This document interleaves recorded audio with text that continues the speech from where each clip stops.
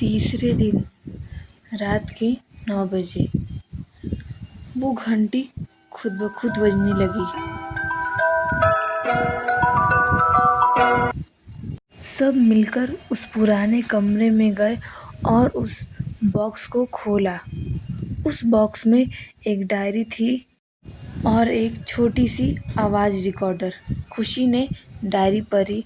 उस पे लिखा था, मैं विजय, इस घर का असली मालिक। मुझे लोग पागल समझते, पर मैंने एक अजीब चीज़ देखी थी। इस घर में कोई हमेशा छिपा हुआ रहता है। फिर खुशी ने आवाज़ रिकॉर्डर चालू किया। अगर तुम ये सुन रही हो, मतलब तुमने राज पढ़ लिया है। घर में जो रूह रहती है वो तुमसे दोस्ती करना चाहती है। उसे बस किसी के साथ बात करनी है। इतना कह के एक हल्की सी मुस्कान भरी आवाज़ आई, तुम्हारा बहुत बहुत धन्यवाद। तभी बहुत तेज हवा चलने लगी और सारी पुरानी तस्वीर नीचे गिर गई। उनमें से एक तस्वीर थी एक छोटी सी बच्ची की, जिसका नाम खुशी था। तीनों ये देखकर काफ़ी शॉक्ड हो गए।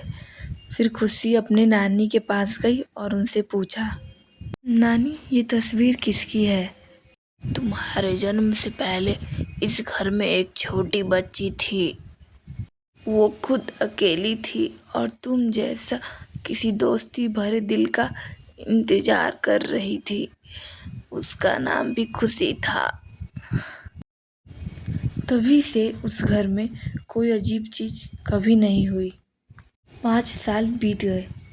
अब अन्वी, खुशी, करण काफ़ी बड़े हो गए थे। उन लोगों ने सोचा, क्यों ना नानी के गांव जाके उस पुराने बंगलों को बेच देते हैं। घर पूरी तरह से साफ सुथरा और काफ़ी चमक रहा था।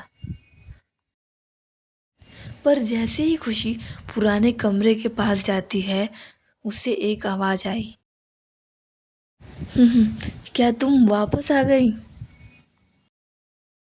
खुशी ने थोड़ा मुस्कुराया और बोला, हाँ, मैं वापस आ गई, लेकिन किसी काम से। फिर खुशी उस पुराने कमरे में जाती है और एक अलमारी खुद ब खुद खुल जाती है। उसमें एक डायरी थी। खुशी उस अलमारी के पास जाती है और फिर उस डायरी को लेकर उसे पढ़ने लगती है। उस पे लिखा था, मेरी दोस्त, तुम्हारे आने के बाद मैं बिल्कुल अकेली नहीं रही। पर एक और राज है जो सिर्फ तुम ही खोल सकती हो। और उस डायरी में एक मैप था। खुशी अपने भाई बहन को बताती है और उस मैप को फॉलो करते हुए जंगल में जाती है।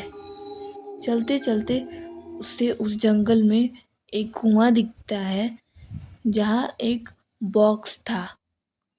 वो उसके पास जाते हैं और उसे खोलते हैं। उसमें एक चिट्ठी थी। खुशी उस चिट्ठी को घर लाती है और उसे पढ़ती है। अगर ये घर किसी बुरे आदमी के पास चला जाएगा तो ये घर पूरा तहस महस हो जाएगा और हम इस घर में रह भी नहीं पाएंगे। प्लीज़ इस घर को मत बेचो। फिर खुशी ने उस छोटे रूह को बोला, तुम चिंता मत करो, हम इस घर को नहीं बेच रहे।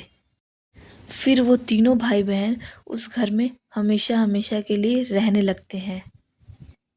कहानी अच्छी लगी तो लाइक एंड सब्सक्राइब ज़रूर करना। Thanks for watching.